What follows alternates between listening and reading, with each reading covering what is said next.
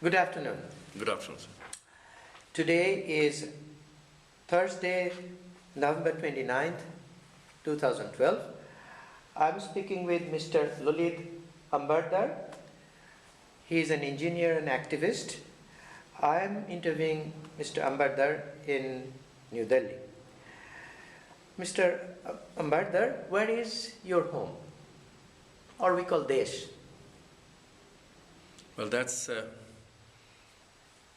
very interesting and a quizzing question for me, because once you're asked this happens every time in a city like Delhi. You know a new person, you're generally aware where you're from, because my surname is not very popular kind of a surname, so I'm often confused with a Maharashtrian, and then I need to identify myself. So I have a political response to that. Yes. I belonged to Kashmir. Okay. When Kashmir belonged to India. Now I'm a refugee in my own country, so that is how I put it. What's the name of your town or village? Srinagar. I'm from proper Srinagar. Srinagar. Heart of the city. Srinagar. What neighborhood? Banamohla. Baramulla. Banamohla. Baramulla. Okay. Now tell us your neighborhood. Can you describe your neighborhood? How it was or how it is? Tell us about it. And your home. How does it look like? Is it a small house, big house, brick building, mud building, whatever? Let's start with your neighborhood. That's nostalgia. Yeah. Oh, Banamohla is right in the heart of the city of Srinagar, and to describe it in terms of city town planning, typically in an urban language, it's one of the main prominent places in the city. Is it close to downtown? Situated between second and the third bridge. Okay. This is how the city was defined in Srinagar. Okay. Your nearest landmark used to be the bridge across the river, Jhelum. Vitasta, that's what our original name is, Vitasta. Yeah. So we were close to somewhere between second bridge and the third bridge, Abakadal and Fatehgadar somewhere, and a well-known place. And as it is, Srinagar was we never had very wide roads there. Yeah. So the street on which our house is situated there, it is a fairly normal Srinagar city road. Yeah. Now tell us, was it a Hindu neighborhood, mixed neighborhood? What kind of neighborhood? It was generally a mixed neighborhood. Actually, this is very important. If you allow me to speak about, it's known all over the world that Kashmiri Pandits were a minority in Kashmir. But nobody realized, and then the generally impression about minority is what? The minority are generally assumed to be ghettoized. Like you talk about minority, rest of India, you can know these are the places where they'll be living. Yeah. Unlike Kashmir. Kashmir, you see, the oldest surviving aborigines of Kashmir are Kashmiri Pandits with 5,000 years of history. Yeah. So we were all Kashmiri Pandits at one time. Due to the persecution over centuries, the population started going down. Okay. But we did not migrate generally from one place to another place. So how many generations you lived in your house? This particular house is, I think we are the second generation, because originally our ancestral house is in Rainawari. That's the hub of Kashmiri culture. That's also in Srinagar? Yeah, Srinagar, very much Srinagar. So that's the original house there. How big is your building? Was it a small or? No, the house that I was living in it is about 1, 2, 3, 4 stories house, and not a big house, but small house. But it's also very important. Most of the Kashmiri Pandits, we had that economic class was just one. It was middle class, lower middle class, and everybody had one intention, one agenda, that was to study. So today's lower middle class would be upper middle class next generation. How many people were there in the house? It was a joint family. It was a joint family. Yes, a couple of kitchens in the house, but generally a joint family. Extended family. So you have uncles and aunts. Uncles and brothers. What was your parents doing? What was government employed. Government employed. And mother also? No, mother was. What's the name? Their name? Shri Lalit Ambardar. He was government employed. Mother, Mrs. Chuni Devi Ambardar. Okay. Now, did you go to school there? Yes. Which school? My school was National High School. Okay. So you studied from kindergarten or first grade? No, we started with the first. Then I was there for So then I had to go to Jammu for a few years, part of Jammu Kashmir. Yes. So we were in Jammu for some time. I did my high school. But because of your father moved Because of the family moved with the job. So 10th I did from matric. We used to have matriculation. Yeah. I did from Jammu. And then I was back again in Srinagar, did my college there. Which college did you go to? I was in Amar Singh College. Amar Singh College. Now, your school, did you walk to school or did you take a school No, bus? we always walked to school. Together. The relationship was quite cordial, amicable. That means you didn't have a fear of walking the streets and all that. You mean in terms of being a minority? And Yeah, no, this is also very important. See, when you talk about Kashmiri Pandits, what status of what happened to them now, I do not want to go to the history because that's history before 47. What is to be understood is what happened to us after 47. Yeah. It's a historical statement that Mahatma Gandhi made when he was in Srinagar, immediately during those partition days, turmoil days.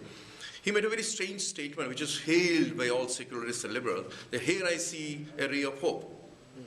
Without even realizing that half of Kashmir, then Kashmir, of Jammu and Kashmir was already cleansed. So cleansed of Hindus and Sikhs, right? So he probably Srinagar was relatively calm.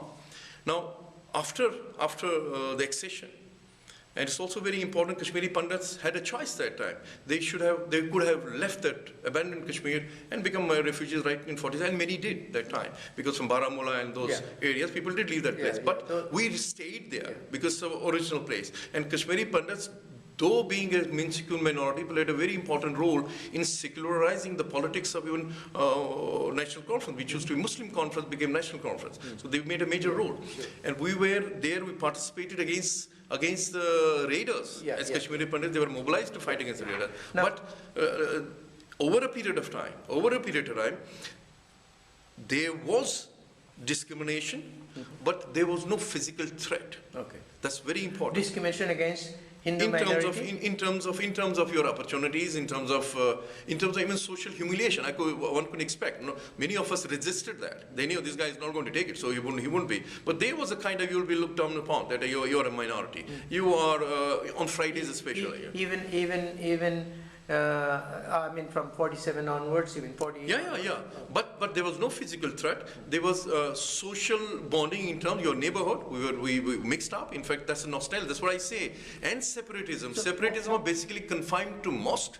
It was a Friday to Friday affair. It very seldom spilled over to the streets. So what held Kashmiri Muslims, Kashmiri Hindus together? What was that? That is very important. We always thought we were Kashmiris. Okay.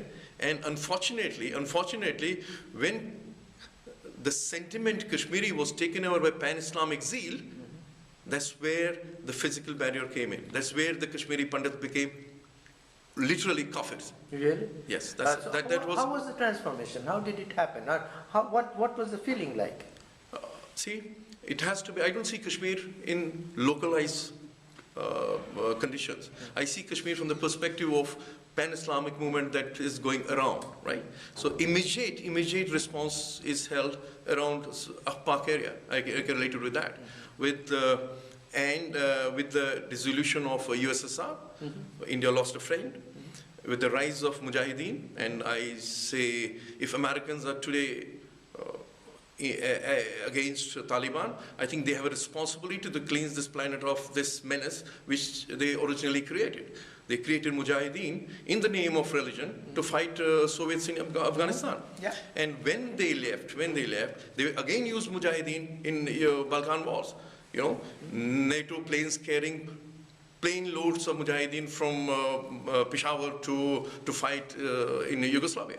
And then when they became free, what they had to do. I want to tell you something very important. When Taliban ran over Kabul, they gave a slogan. They gave, let me see what was the slogan. Humne jishne Kabul mana liya, aao ab Kashmir chale. We have celebrated Kabul, now let's march to Kashmir. Achha. And that's how it started off. Yeah, so let's come back to, so can you describe the turning point in your life, in your family life? That means how you how did you become insecure? See, as I said, separatism always there. Those centrifugal forces were always in Kashmir. And we knew it. Today is Friday, something going to happen. But it was generally confined to, as I said, to mosques. And it will very seldom spill over to the streets, very rarely. And then you talk about AK-47s, Indian Army deployed in Kashmir at our time, whenever you had any problem in the street, you used to deploy PP. PP would stand for Punjab Police, and with those 303 rifles and dandas. That was how the law and order was taken care of. It was with the militarization of that separatism. And that is when the threat came in. What was the threat?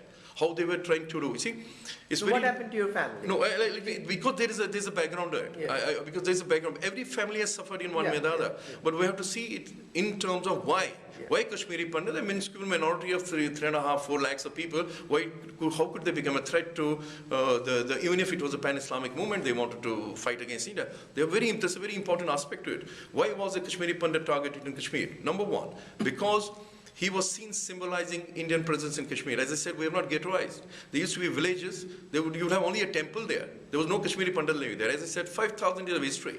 So it wasn't that we came from outside there. We were there, and with the persecution, conversions and all that, we started becoming minorities. But the villages remained the same, right? So we had a temple in a village where no Hindu lived, but the temple was functional. You would have all ceremonies performed on due dates. And then they were muhallas. Did ever Muslims come into these ceremonies, do you know? Yeah, it was, as I said, social bonding, the Kashmiri social bonding, what they tend to call Kashmiriya, it existed. I had to do on Shivratri, we have a tradition that we washed our houses with clay. And that clay was sold on full moon days, right? And that, a Kashmiri vendor, Kashmiri Muslim vendor, he would know today is the day the Kashmiri Pandit is going to buy that soil. He would come and start selling it. We would know it. Today is full moon day, he's going to come and sell it there. So that is how it was. On all Shivratri items we would purchase, it would buy from Muslims.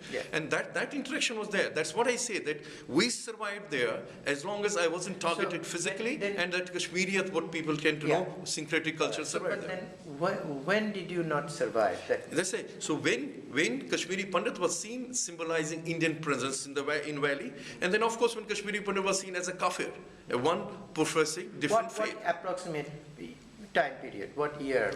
This began in 1988. It was attempted in Anantnag, where the first time in contemporary history, that's post accession, a community of Kashmiri Pandits was targeted en masse. This is what is known as Anantnag riots. That was the first thing that happened. And it was that, again, people decided we should be fleeing. We came to Delhi, started mobilizing, we met people and all that, the Kashmiri Pandits and all. They said, no, we're not going to leave Kashmir, we'll go back. So we stayed back and stayed put. Your family was still there? All of us, Kashmiri Pandits, we did not flee Kashmir during those riots. But when it came to target killing, the message was clear. I don't know whether you're aware of it. The message was relive, ya salive, right? Or and it was conducted meticulously. It was a pre-planned genocide. It wasn't just stray killings. They knew in a mohalla, you kill one, put arrest in the hit list, and you will see, and killing was done in a very, very horrible manner to scare off. Were your families targeted? No, some of the family members, we were targeted. In fact, every family was targeted. But as I said, we did not suffer casualties in our family. But yes. How did you flee then? In the middle, part of the family, they won't tell your neighbor. They didn't tell the neighbors. That's how the general trend was. Somebody would leave in the middle of the night. Somebody say, okay, I'm going to see my cousin in the same dress and leave that place, leave the goals here and leave. Take the bus or whatever vehicle. That's how the exodus was. It wasn't organized exodus. In your family, in your case, who was the first to leave and who was the last to leave? As I said, we have an extended family. There were girls in our family, in our extended family. They had to live in attic for 2 days, wearing their shoes, and they were even ready to, to finish themselves. That there was also kind of instruction, because it cannot be explained what happened to us. No. It is the kind of, no, it's very important, the trauma, because the casualty figures that is being referred to us thrown on our face, that's how many people, officially they say 300 people, Kashmiri Pandits were killed. But our figures say 15. 300, no. I mean, that's a lot of people. No, what I say is, every killing was done in such a horrible manner that it scared. And then yes, we didn't want to compromise on our religion. We didn't want to compromise our Indianness. That's the most important thing. So every family suffered the most horrible thing. But yes, even if some survived, and you meet every Kashmiri Pandit, he will have a story to narrate. So every Kashmiri Pandit family is a story. So is there still somebody living there? No, not. But there are occasions when people have to go there on their administrative reason. But who was the last, for example, link? Who finally? One of the elders in the one of the uncles or aunts. One of the elders in the family. And so when you or your parents migrated, how many brothers and sisters you have? Well, we are a big family. It's a joint family. But how many altogether, cousins and everybody? We're about 10-15 people 15. In the family. Right? So they moved. Where did they move? They moved in. They knew it wasn't together. No, I know. But Trickle. But in Trickle. What town they went to? Jammu was the destination. Okay. A couple of them came direct to Delhi. Otherwise, rest will all. Are they still there in mostly Jammu? Or Jammu became a base camp, and from there onwards, people started going everywhere. But Jammu continues to be our base. So what happened to your house now? You see, we have it is locked. No. The house I was referring to, that I've grown up. Yeah. After that, my brothers had built up a new house, but that original house that's my address. That's my address that I probably carry along. Yeah. That's still there. It's abandoned. It's in a very bad situation. And there's a land mafia, and then, as I said, the genocide continues. We were thrown out of there. Then was the attempt to erase our existence, any symbols of our existence, like our properties. And unfortunately, many of our people they have sold their properties, and in many cases it was usurped. The properties were usurped, and I am resisting. This, I'm not going to allow my extended joint family to sell off that property. We're not selling that. Did anybody go back after that to try not to live there? No. Not to live there. No. That's how would you bridge? How do you? I mean, you're having the property, but if you do not go back, or some your children, how would you think of linking? You see, I'm not an ordinary Kashmiri Pandit refugee. Yeah. I am an activist. Yeah. I have a political agenda. I'm following that, pursuing that, and I'm very optimistic that we will return back to our homeland. It will be on our terms and conditions. Okay. So we'll be there. Now, do you think if you go back, or when you go, I mean, you mentioned that sometimes people go back to check on the property, right? And now? No, for administrative reasons, it could be official reasons. Generally, no. We are day by day, even what happened to the neighbors? Are they, if they see you, do you think they would be receptive for you to? Yes. Whenever you meet the neighbors, they even if they meet outside, there are people we meet outside. They meet here, and we meet with great warmth and all that. But then, for example, I tell them on their face. So I blame you, my neighbors. Yeah. You can protect me then. Yes. Okay. So. Did anybody give you any compensation for that? You had to leave? No, not for that. As I said, compensation for what? People have been compensated for if the property was burnt, for example, against that insurance. Do you think they got all many people have got it. Many people have got it. Completely? Many people have got it. Many people have got it. Okay. And what about relocation? That you had to relocate to Jammu? No, not at all. Not at all. Because migration also moving. The government, there were camps set up for, but not for all. All Kashmir government could not have handled. Okay. So most of us were on our own. Yeah. Now, let me ask you. I mean, this doesn't pertain you to as much as it pertains to Bengal. Why do you think, for example, Hindu minority couldn't live in a Muslim majority area like yourself, Kashmir, but let's say in a Hindu majority area like Jammu, still Muslims can live? Why you think this contradiction? I think, I don't comment on religion basically. When I talk about me as a Hindu, and that I felt victim to pan-Islamic zeal, extremism, that's only when I talk about, I have to name who targeted me. I think there's something wrong with the ideology, and and as long as religion continues to play a major role in your political activity, in your social interaction with rest of the world, I think this problem will remain. Okay. You cannot be, religion cannot be your basis of identification. You are a Kashmiri, for example. You see what happened to, I've been familiar with the Park area. I used to meet Afghans one time, and they would say, we are proud of being Pathans. And then Muslim identity was secondary. And the day Muslim identity became their principal identity, and Pathans, it was a secondary one.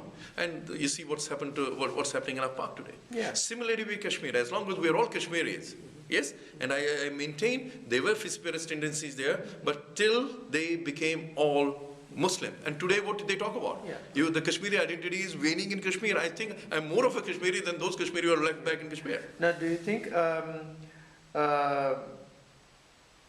anybody benefited because of partition of India or division of subcontinent? Yeah. No, not at all. I'm one of those. I don't know. You may not like this idea. I wish we had gone for a civil war. Okay. I think that was an option because, ironically, the partition, I call it, it was a political opportunism of our leaders at that time. They agreed to partition because nowhere in the world you ask for a piece of land and you are given in a platter. And what was the plea? The plea was, we want to avoid bloodshed. Ironically, the bloodshed happened after the partition was declared. Or during and continues today. And continues till date. Yeah. Continues till date. I wish we had a civil war. I think we would have emerged as better and better Indians. All of us. Did you ever face discrimination after you migrated from Srinagar to Jammu or Delhi? No, not at all. I'm grateful to especially the people of Jammu who shared their meager municipal, social, cultural, and economic resources with us. So grateful to Jammu and rest of the India. We have been received well. We have no problem with that. There was, in your family, there was no casualty. No, there were no casualty. No. Now, immediate family. Yeah. Have you ever seen through your eyes that somebody victimized, somebody victimized, some families victimized? Have you seen? In our relations, we have relations. In our relations, we know some people. I mean, we were a very small community. Yeah. We were all almost related. Yeah. So I see tears in their eyes. I have promised them. Yeah. I'll see to it every tear in their eyes is accounted for. Homes torched or businesses. Yeah, there are many people. Have you seen through your own eyes? No, I haven't seen through my eyes. So, but you know some other. I know many people. Oh, you will meet them so many here. Do you think Hindus and Muslims live together? Pardon me, repeat that please. What is it? Do you think Hindus and Muslims can live together, or Muslims and non-Muslims can live together? Yes, I think, but there has to be change in their approach. And interestingly, there are Muslims. There are Muslims and there are Muslims. And we'll have to change the approach. And I think India was a test, and Kashmir was a test. In fact, Kashmir was a test. If Muslim majority, the only Muslim majority province where they were Hindu, that failed. That's what I say. It's a test for them. That failed. And you can see in Palestinian issue, for example, as long as it wasn't Islamized, everybody, the whole world was with them. Now that Gaza has been taken over by Hamas and it's totally Islamized, I am afraid Gaza is going to be off part of Middle East. Okay. Now, I'm almost to the end.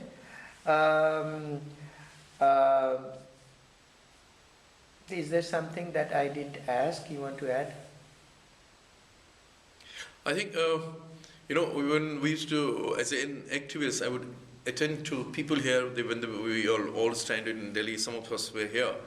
And we used to have many journalists, press people visiting the camps, wanting to know what's happening. And that it was a very crucial stage for us. And at one stage, we were trying to get over the trauma of Exodus. On second, we're trying to establish ourselves, protect our children. And at the same time, we are also trying to counter the onslaught of that liberal media. Because simultaneously, a campaign was on, like, it's not the genocide of Kashmiri Pandits is executed by pan-Islamists, the jihadists of Kashmir. It is because some governor there, he participated in motivating them. That's a slur.